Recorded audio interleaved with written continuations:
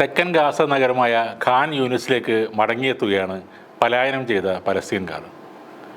Israel സൈന്യം അവിടെ നിന്നും പിൻവാങ്ങിയതോടെ ഇവർ മടങ്ങിയെത്തി തുടങ്ങി. പക്ഷേ യുദ്ധം തകർത്ത് കളഞ്ഞ കെട്ടിടങ്ങളുടെ കൂമ്പാരങ്ങൾക്ക് മുന്നിൽ തങ്ങളുടെ സ്വന്തം വീട് ഏതായിരുന്നു എന്നുപോലും കണ്ടെത്താനാകാതെ പകച്ചു നിൽക്കുകയാണ് അവരിൽ പലരും. ഒരിക്കൽ തലയെടുപ്പോടെ നിന്നിരുന്ന വ്യാപാര കേന്ദ്രങ്ങളും ഫ്ലാറ്റുകളും എല്ലാം തകർന്നടിഞ്ഞ് വെറും മൺകൂനകൾ മാത്രമായി മാറിയിരിക്കുന്നു. സ്കൂളുകളും ആശുപത്രികളും എന്ന് വേണ്ട എല്ലാം തകർത്തിരിക്കുന്നു. കുട്ടികളും സ്ത്രീകളും ഉൾപ്പെടെ 33,000-ലധികം പലസ്തീനികരാണ് 7 മാസത്തിനകം യുദ്ധത്തിൽ കൊല്ലപ്പെട്ടത്. അവിടുത്തെ ഓരോ വീട്ടിലും ഒരാൾ മരിച്ചിട്ടുണ്ടാകും, ഒരു പരിക്കേറ്റ വ്യക്തിയുണ്ടാകും.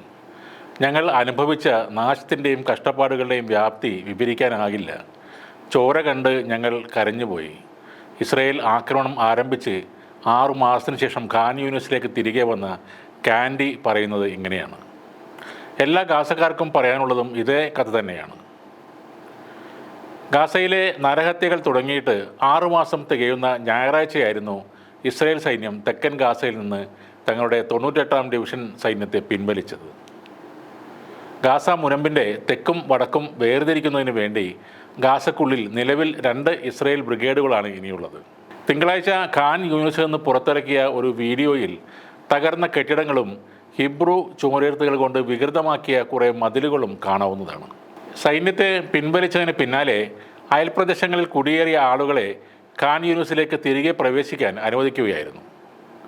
ഇസ്രായേലിൻ്റെ തുടരെയുള്ള ബോംബ് ആക്രമണത്തിലൂടെ 4 ലക്ഷത്തോളം പേരാണ് ഖാൻ യൂനിസ് ഉപേക്ഷിച്ചു പോയിരുന്നത്. ഇനിയിവിടെ ഒന്നും ബാക്കിയില്ലെന്നും ഈ കാഴ്ച സഹിക്കാൻ സാധിക്കില്ലെന്നുമാണ് 29-കാരനായ മുഹമ്മദ് അബു ദിയാബിന് പറയാനുള്ളത്.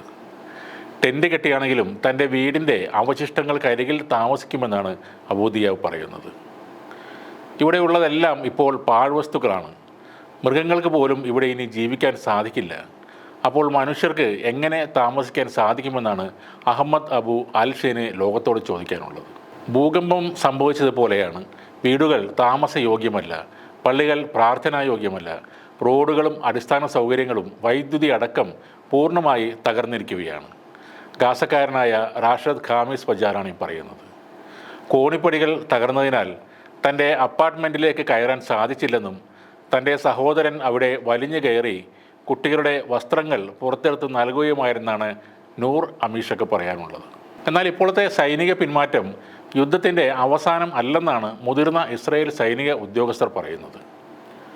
ഹമാസിൻ്റെ അവസാന ശക്തി കേന്ദ്രമായ റഫയിലേക്ക് നീങ്ങുന്നതിൻ്റെ ഭാഗമായി തങ്ങളുടെ സൈന്യത്തെ പുനഃസംഘടിപ്പിക്കാനുള്ള ഒരു തീരുമാനത്തിൻ്റെ ഭാഗമാണ് തെക്കൻ ഗാസയിൽ നിന്നുമുള്ള ഈ പിന്മാറ്റമെന്നാണ് ഇസ്രായേൽ സൈന്യത്തിൻ്റെ വക്താക്കൾ പറയുന്നത്. കഴിഞ്ഞ ആഴ്ച കെയ്റോയിൽ നടത്തിയ വെടിനിർത്തൽ ചർച്ചകൾക്ക് ശേഷമാണ് ഇങ്ങനെയൊരു തീരുമാനത്തിലേക്ക് ഇസ്രായേൽ എത്തുന്നത്. എന്നാൽ റാഫയിൽ പദ്ധതിയിട്ടിരിക്കുന്ന സൈനിക ഓപ്പറേഷൻ നടക്കുമെന്ന് തന്നെയാണ് ഇസ്രായേൽ പ്രധാനമന്ത്രി ബെഞ്ചമിൻ നെതന്യാഹു കഴിഞ്ഞ ദിവസം പറഞ്ഞത്. ഹമാസിനെതിരായി ഒരു സമ്പൂർണ്ണ വിജയമാണ് ഇസ്രായേൽ ആഗ്രഹിക്കുന്നതെന്നും ആ വിജയത്തിനായി ഇസ്രായേൽ സൈന്യത്തിന് റാഫയിലേക്ക് പ്രവേശിക്കണമെന്നുമാണ് നെതന്യാഹു പറയുന്നത്. മറ്റ് സ്ഥലങ്ങളിലെ ആക്രമണങ്ങളിൽ നിന്നും രക്ഷ നേടാൻ 10 ലക്ഷത്തിലധികം ഗാസക്കാർ അഭയം പ്രാപിച്ചത് ഈ റാഫയിലായിരുന്നു.